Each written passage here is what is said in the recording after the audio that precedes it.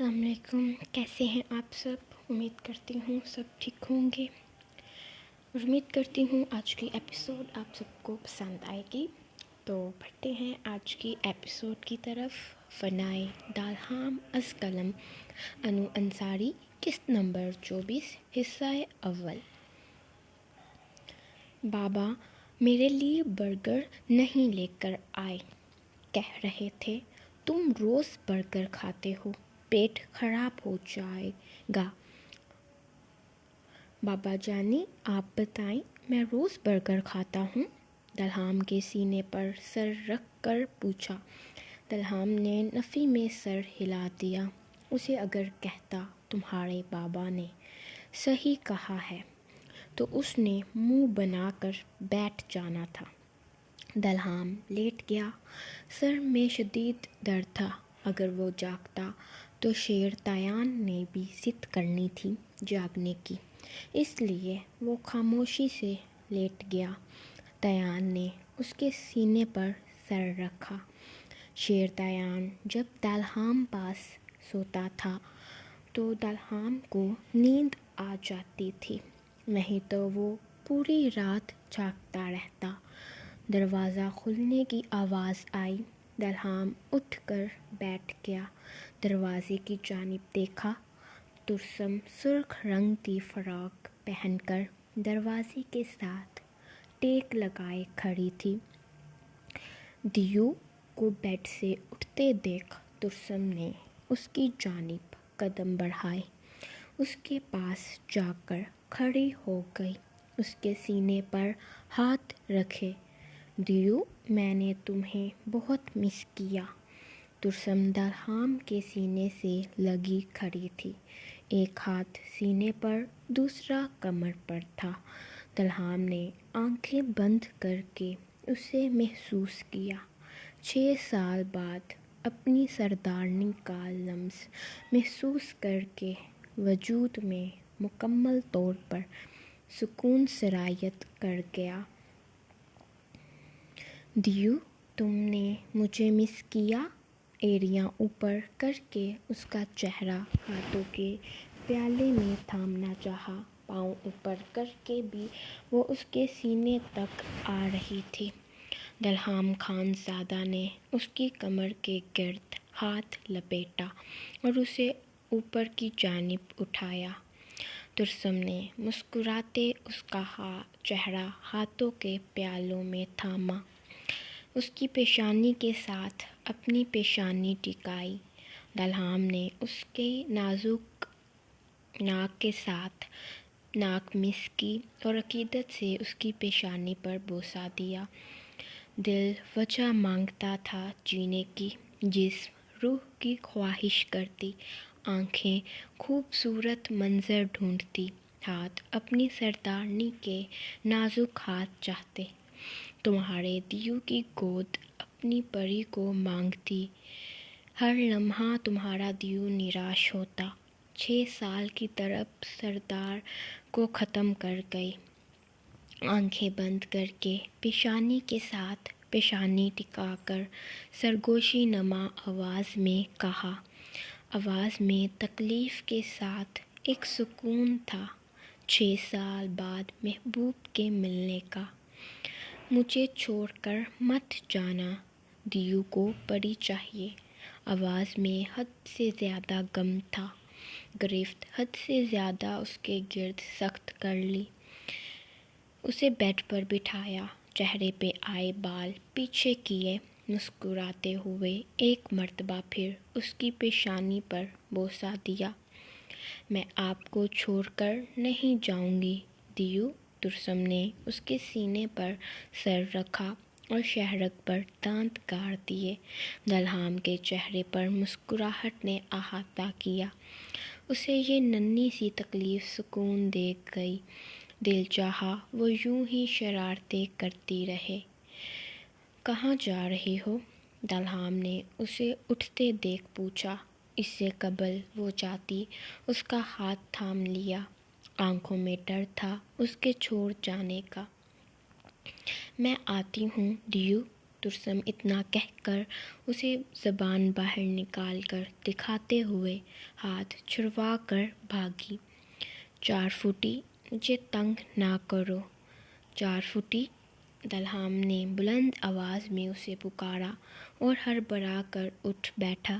ارد گرد دیکھا، کوئی بھی نہ تھا۔ بے اختیار نظریں ضد کریں دیو کی پری کو دیکھنے کے لیے، لیکن وہ کہاں تھی؟ ایک لمحے اپنے پاس سوئے شیرتیان کو دیکھا اور پھر واش روم بالکنی دیکھی کہ شاید وہ واپس آ گئی ہو۔ 6 سال میں اس نے تقریباً 50 ممالک میں جا کر اسے کھوجا۔ نراش ہونے کے علاوہ اس کے ہاتھ کچھ نہ آیا۔ بابا جانی، آپ کس کو ڈھونڈ رہے ہیں؟ شیرتیان نے آنکھیں کھولی، سردار کو کمرے کے درمیان میں کھڑے چاروں طرف بے چینی سے نظریں دوڑاتے دیکھ پوچھا۔ دلہام آنکھیں سختی سے بند کیے کھڑا تھا۔ تیان کی بات کا اس نے کوئی جواب نہ دیا، چہرے پر ہاتھ پھیر کر اس کے پاس بیٹھ گیا۔ بابا جانی، یہ 4 فٹی کون ہے؟ دلہام کی گود میں سر رکھتے پوچھا۔ سردار کی دھڑکنیں معمول کے مطابق نہ رہی، دل پسلیاں توڑ کر باہر آنے کو بے تاب تھا۔ زندگی، آنکھیں بند کر کے اس کا خوبصورت چہرہ یاد کیا۔ اسے ایسا محسوس ہو رہا تھا جیسے شیرتیان کی جگہ وہ اس کی گود میں سر رکھے لیٹی ہے۔ شیرتیان نے آنکھوں میں آنسو لیے اپنے بابا جانی کی جانب دیکھا۔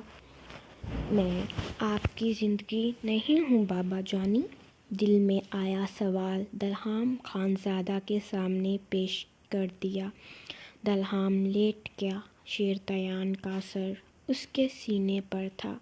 وہ ٹکر ٹکر اپنے بابا جانی کی جانب دیکھ کر اس کے جواب کا منتظر تھا۔ تم جینے کا سہارا اور وہ زندگی؟ سردار دلہام خانزادہ نے ذہن کے پردوں پر اس کا چہرہ سوچتے ہوئے کہا۔ نہ جانے وہ کیسی لگتی ہوگی؟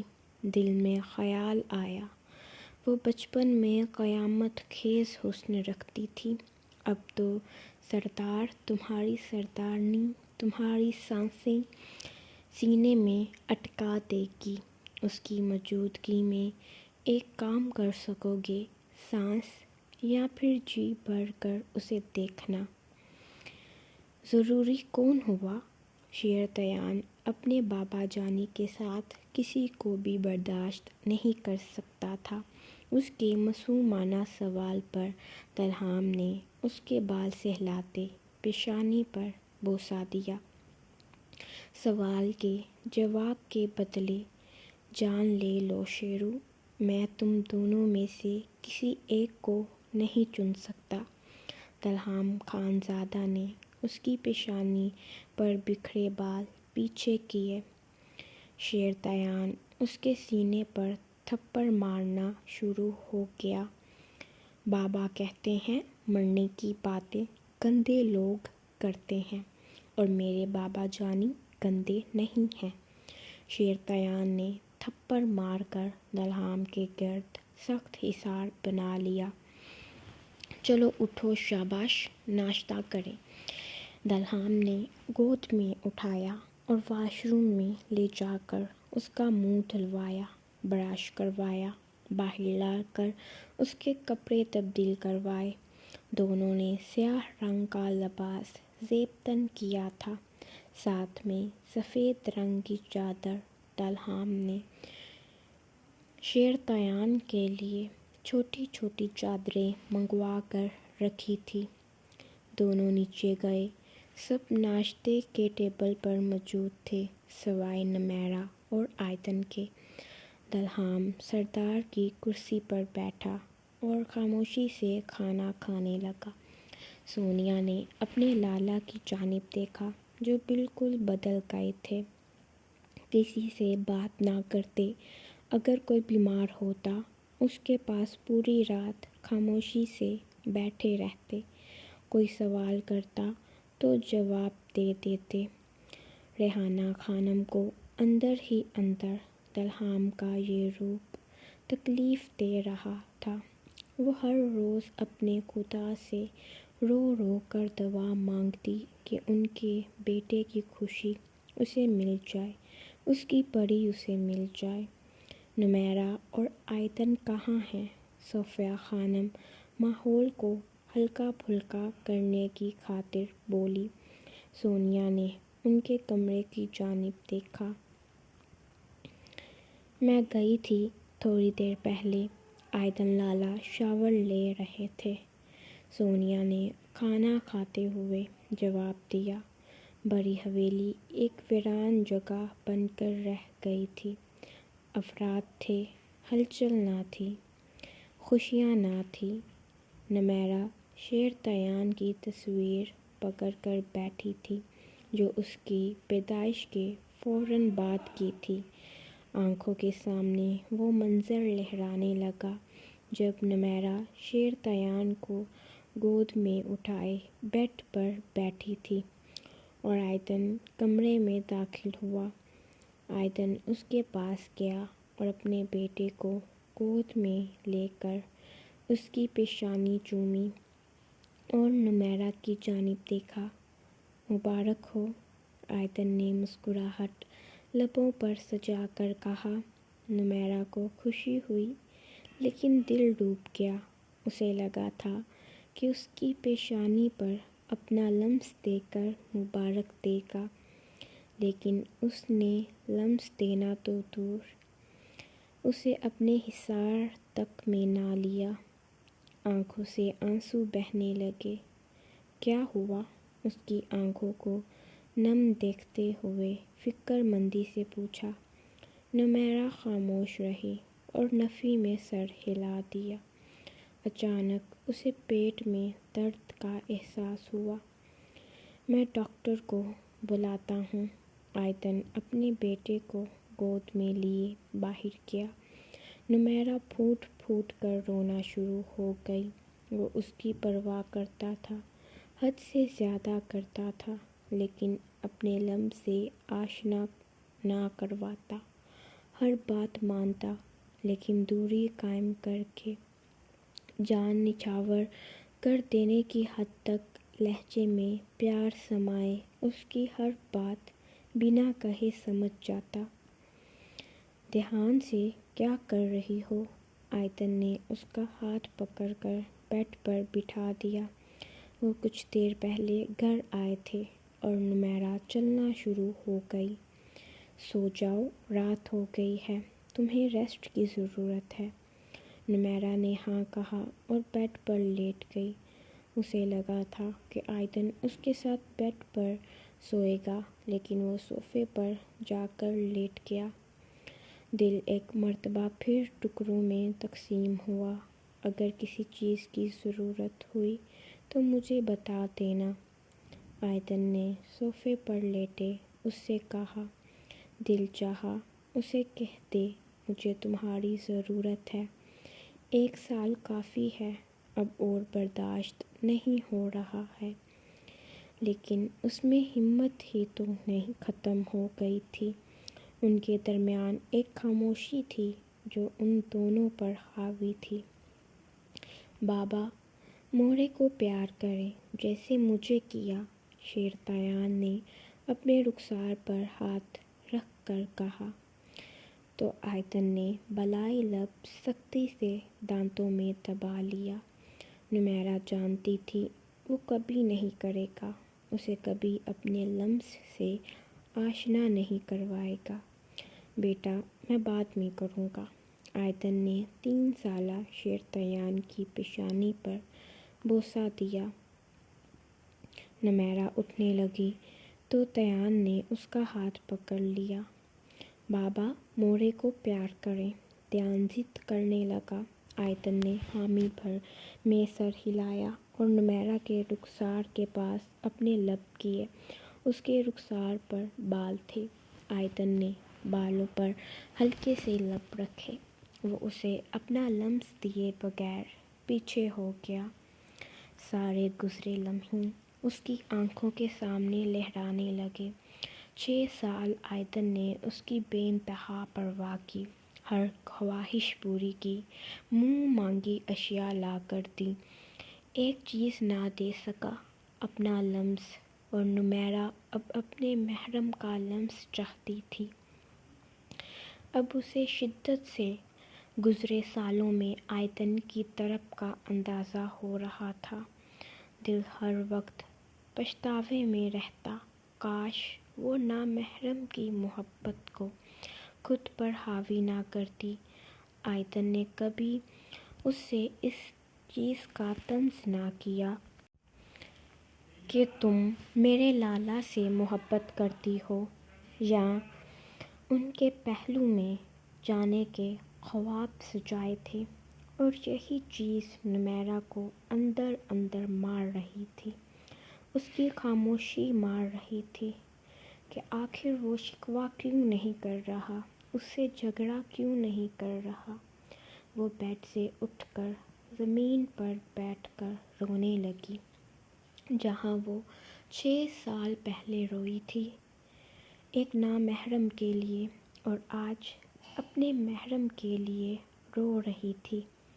آیتن واش روم سے شاور لے کر باہر آیا، نمیرہ کو روتا دیکھ ٹاول صوفے پر رکھا اور اس کے پاس زمین پر بیٹھا۔ کتنی مرتبہ کہوں تم سے دشمنِ جاں، یوں رو کر مجھے اذیت میں مبتلا مت کیا کرو۔ آیتن نے ساکت آنکھیں اس پر ٹکائی۔ نمیرہ کا شدت سے دل چاہا اس کے سینے سے لگ جائے، بے اختیار ہوتے وہ اس کے سینے سے لگ کر رونے لگی۔ آیتن آنکھیں موندے بیڈ کے ساتھ ٹیک لگائے بیٹھا رہا، اس کے گرد حصار نہ بنایا، اور اس چیز نے نمیرہ کے رونے میں اور اضافہ کیا۔ کچھ دیر بعد وہ چپ ہو گئی، آنکھیں اس ستم گر پر ٹکائی جسے شاید سکون آ چکا تھا۔ ناشتہ کرنے چلیں؟ مجھے بھوک لگی ہے، دشمنِ جاں۔ مسکراتے لبوں سے اس کی جانب دیکھا، وہ بس ظاہری مسکرا رہے تھے، اور اندر کتنی تکلیف تھی وہ صرف آیتن احسان جانتا تھا۔ اتنا صبر کہاں سے آیا آیتن تمہارے اندر؟ نمیرہ بیڈ کا سہارا لے کر بیٹھ گئی۔ آیتن ڈریسنگ ٹیبل کے سامنے کھڑے ہو کر اپنے بال بنانے لگا۔ خدا نے دیا، چند لفظی جواب دے کر برش ٹیبل پر رکھا اور اس کی جانب مڑا۔ کاش خدا مجھے بھی اتنا صبر دے۔ نمیرہ کی آنکھیں اس کی سرمئی آنکھوں پر ٹکی تھیں جو اب مسکراتی نہیں تھیں۔ آنکھوں کو سکون دو، تمہیں صبر آ جائے گا دشمنِ جاں۔ آیتن نے الفاظ ادا کیے اور اشارہ کیا کہ چلو ہمیں جانا ہے۔ نمیرہ کو اس کے الفاظ دل میں چبھے، یہی چیز تو اس سے نہیں ہوتی تھی۔ آیتن آنکھیں خشک ہو جائیں تو دل سخت ہو جاتے ہیں۔ نمیرہ نے الفاظ ادا کیے اور باہر چلی گئی۔ آیتن کے لبوں پر زخمی مسکراہٹ آئی، وہ سنگ دل بنا تھا۔ کیوں؟ وجہ وہ جانتا تھا۔ وہ بھی باہر چلا گیا۔ بڑی حویلی کے افراد کے سامنے ان کے درمیان سب کچھ ٹھیک تھا۔ آیتن شیر تیان کے ساتھ والی کرسی پر بیٹھا، نمیرہ آیتن کے ساتھ بیٹھی تھی۔ دلہام، مجھے کچھ ضروری کام ہے، تم مجھے ساتھ لے بابا جانی۔ شیر تیان دلہام کو پکار کر اس کی گود میں بیٹھ گیا۔ آپ کھانا کھائیں میرے ساتھ۔ شیر تیان نے اس کا چہرہ ہاتھوں کے پیالے میں تھاما۔ اسے وہ پل یاد آئے جب قندیل نے اسے چائے پینے کا کہا تھا۔ ترسم نے کہا تھا کہ دیو میرے ساتھ کھیلنے لگا ہے۔ اسے ہر پل ترسم یاد آتی تھی۔ سردار کو ایسا لگتا تھا کہ اسے اب اس کی پری نہ ملی تو وہ پاگل ہو جائے گا۔ دلہام نے ناشتہ ختم کر لیا۔ شیر تیان کی پیشانی پر بوسہ دے کر ریحانہ خانم کے سامنے ہلکا سا جھکا۔ انہوں نے اس کا چہرہ تھام کر پیشانی پر بوسہ دیا۔ سردار چلا گیا۔ شیر تیان اپنے بابا جانی سے ناراض تھا، اس لیے انہیں چھوڑنے کے لیے باہر تک نہ گیا۔ قندیل نے غصے سے اس فتنے کی جانب دیکھا جو ترسم سے بھی 10 ہاتھ آگے نکلا تھا۔ شروع کے 4 سال وہ واپس چلی گئی تھی، اب واپس آئی تھی اور یہ فتنہ ہر وقت دلہام کے ساتھ چپکا رہتا، کسی کو اس کے پاس نہیں آنے دیتا تھا۔ تیان، کیا ہوا؟ آیتن نے اس کا چہرہ دیکھ کر پوچھا۔ بابا جانی کو مجھ سے زیادہ کوئی 4 فٹی پری سردارنی عزیز ہے۔ تیان نے اکثر سردار کے لبوں سے یہ لفظ سنے تھے اور اسے شدید جلن ہوتی تھی۔ وہ چاہتا تھا اس کی بابا جانی صرف اس سے پیار، بات، توجہ، سب کچھ شیر تیان خان زادہ کو دے۔ بیٹا، وہ بڑی مورے ہیں۔ آیتن نے اس ننھے سے شیطان کی مشکل آسان کی۔ بڑی مورے کا لفظ سن کر اس نے غصے سے اپنے باپ کی جانب دیکھا۔ وہ میرے بابا جانی میرے پاس رہیں گے۔ جیسے مورے آپ کے ساتھ ایک کمرے میں رہتی ہیں، آپ دونوں بیڈ شیئر کرتے، وہ میرے بابا جانی کے ساتھ نہیں رہیں گی۔ نہیں، ہرگز نہیں۔ صرف شیر تیان اپنے بابا جانی کے کمرے میں رہے گا، صرف شیر تیان ان کے ساتھ بیڈ شیئر کرے گا، وہ بلند آواز میں چلایا تھا۔ آیتن اور نمیرہ ایک بیڈ پر سوتے تھے۔ جب شیر تیان ان کے کمرے میں موجود ہوتا تھا، آیتن کو اس کے الفاظ کانوں کو ہاتھ لگانے پر مجبور کر گئے۔ ان دونوں کو کبھی کبھار لگتا تھا کہ شیر تیان ان کا بیٹا نہیں، سردار دلہام تیمور خان زادہ کا بیٹا ہے۔ بابا، آپ بابا جانی کو کہیں اگر ان کی 4 فٹی یہاں آئے گی تو ان کے ساتھ نہیں رہے گی، میرے بابا جانی کے ساتھ صرف میں رہوں گا۔ شیر تیان کا چہرہ حد سے زیادہ سرخ تھا۔ یہ سوچ کر ہی اگر اس کے بابا جانی کے ساتھ 4 فٹی آ گئی تو اس کا کیا ہوگا؟ وہ تو لٹ جائے گا۔ بیٹا، تو جو مرضی کر لے، تیرے بابا جانی کا اپنی 4 فٹی کے آنے کے بعد ایک لمحہ بھی دور رہنا مشکل ہے۔ آیتن نے اسے حقیقت سے آگاہ کر دیا۔ شیر تیان نے نفی میں سر ہلایا اور کھانا چھوڑ کر اٹھ گیا۔ تیان بیٹا، کھانا کھاؤ۔ نمیرہ اٹھی اور اسے اٹھا کر چیئر پر بٹھایا۔ وہ جٹپٹا کر چیئر سے اٹھنے کی کوشش کرنے لگا۔ تیان بیٹا، وہ آپ کے بابا جانی کی بیوی ہے، ظاہر سی بات ہے وہ ان کے ساتھ ان کے کمرے میں رہے گی۔ نمیرہ نے اسے اپنی گود میں بٹھا کر اسے سمجھانے کی کوشش کی۔ آج سے پہلے اس نے سردار کی بیوی کے بارے میں بات نہیں کی تھی۔ شیر تیان خان زادہ صرف اپنے بابا جانی کے پاس رہے گا، ان کی کوئی پری 4 فٹی سردارنی ان کے پاس نہیں رہے گی۔ ٹیبل پر ہاتھ مار کر پلیٹ نیچے گرا کر نمیرہ کی گود سے اٹھ گیا۔ اس میں تمام حرکات سردار دلہام تیمور خان زادہ کی تھی۔ وہ اس کی کاپی تھی، غصے، جنون، شفافیت میں۔ وہ 5 سال کی عمر جس چیز کی ضد کرتا اسے ہر حال میں چاہیے ہوتی تھی۔ وہ بے انتہا ضدی تھا۔ یہ کیا طریقہ ہے تیان؟ ریحانہ نے اسے ڈانٹا۔ تیان پاؤں پٹکتا سردار کے کمرے میں چلا گیا۔ موڑے، آپ کو معلوم ہے وہ لالا کے ساتھ کسی کو بھی برداشت نہیں کر سکتا، حتیٰ کہ اپنے سگے باپ کو بھی نہیں۔ آیتن نے 2 نوالے کھانے کے لیے اور ڈیوٹی پر چلا گیا۔ نمیرہ کی نظروں نے اس کا دور تک پیچھا کیا۔ شہریار ایک فلیٹ کے باہر کھڑا دستک دے کر دروازہ کھلنے کا انتظار کرنے لگا۔ 2 منٹ بعد ہیبا نے دروازہ کھولا۔ شہریار اندر چلا گیا۔ 5 سال پہلے جب وہ حویلی گیا تھا، ہیبا کے کمرے میں ایک ملازم گیا تھا جس کی اس پر گندی نظر تھی۔ عین ٹائم پر شہریار وہاں آ گیا اور اس کی عزت بچائی۔